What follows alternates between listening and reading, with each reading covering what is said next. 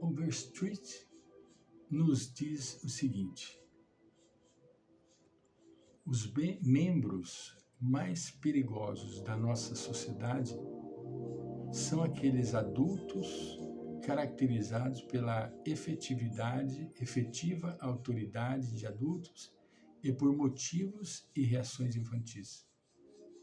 São os membros mais perigosos da sociedade, aqueles que possuem infantilismo juvenil, né?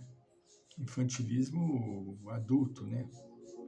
De fato, um adulto pode ocupar um ponto de direção, pode entrar em uma organização, pode ter autoridade sobre qualquer um, ser dotado de força física e ter qualidades e prerrogativas que a criança não tem.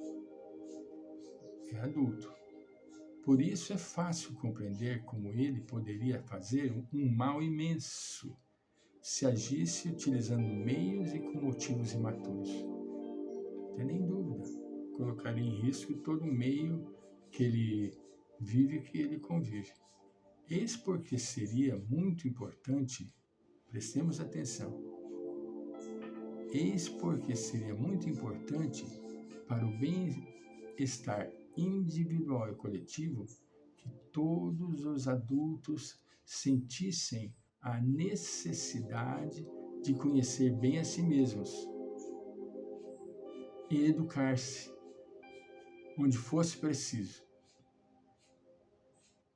Este conceito da educabilidade dos adultos espalhou-se muito recentemente entre os estudiosos da psicologia, mas encontrou e continua encontrando respostas positivas, particularmente entre aquelas pessoas adultas que sentem fortemente a necessidade de crescer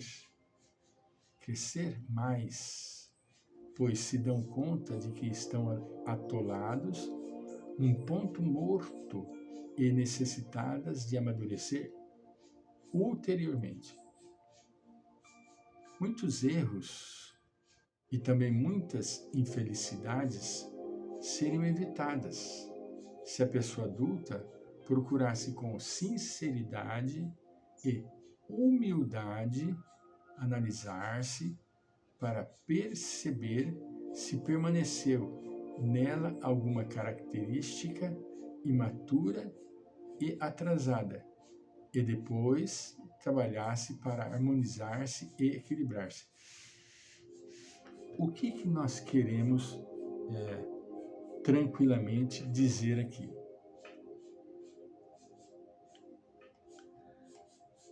Muitos erros e também muitas infelicidades seriam evitadas se a pessoa adulta procurasse com sinceridade e humildade.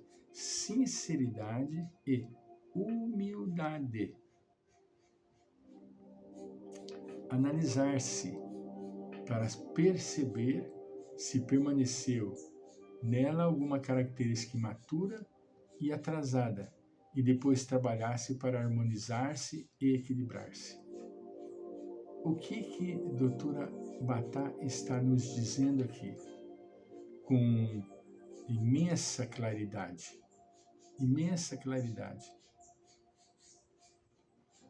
Que é necessário que nós façamos o quê? O que é necessário que a gente faça?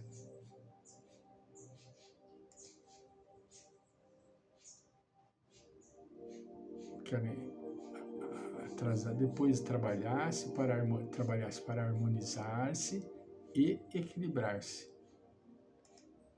Ela está simplesmente dizendo, falando com outras palavras, o trabalho do autoconhecimento, que nós estamos batendo e rebatendo e passando e repassando incansavelmente.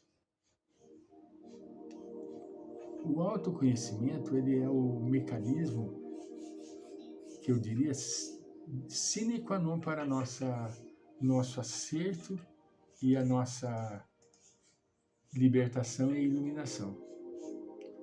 E atingir a maturidade psicológica que nós estamos falando. Sair do infantilismo. Nossa, Francisco, mas você acha que você ainda se encontra com comportamentos infantis? Não tem nem dúvida. Não tem nem dúvida. Eu não sou total e completamente infantil. Mas eu tenho, às vezes, determinadas ações e reações que são infantis, que não deveriam mais fazer parte da minha persona. Mas isso é uma coisa que está lá encalacrada, né? Vou citar um fato muito interessante, que eu levei anos e anos e anos para conseguir vencer. Eu tinha um medo de altura bárbaro, mais bárbaro, né? Para trocar uma lâmpada aqui dentro de casa ou para trepar no telhado, quando eu era mais novo, me dava frio na barriga, né?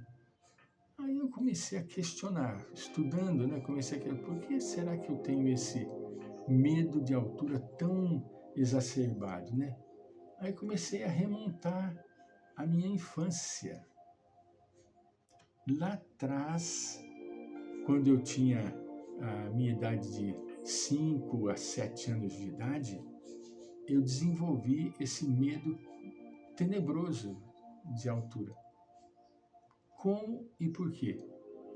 Morávamos em São Paulo, num sobradinho de um andar, e em determinado dia da semana, embaixo, na Avenida do Jabaquara, em São Paulo, embaixo tinha uma feira livre de verduras, legumes, essas coisas assim. E nós morávamos no sobradinho, né? Quantas foram as vezes que a campainha tocou e minha mãe atendeu, a pessoa falando alto, quase gritando, senhora, por favor, vai olhar lá na sacada na sacada do prédio, o menino está com as pernas para fora, vai cair, vai pular. Era eu. Eu agarrava o murinho naquela altura, um andar. É claro que eu fraturava o crânio, tudo que tinha de direito, né? Ficava preso, amarrado naquele murinho. Até hoje existem nos prédios colocam aquela tela, né? Que impede a criança ou quem quer que seja pular. Mas naquela época não tinha nada disso. Entende? Era um medo. Então eu levei esse medo até a idade adulta. Alguns anos atrás eu perdi esse medo. Entende? Hoje eu não tenho mais, eu não tenho esse receio da altura. Mas o que ocorreu foi que ficou retido na minha infância essa situação que eu não consegui solucionar.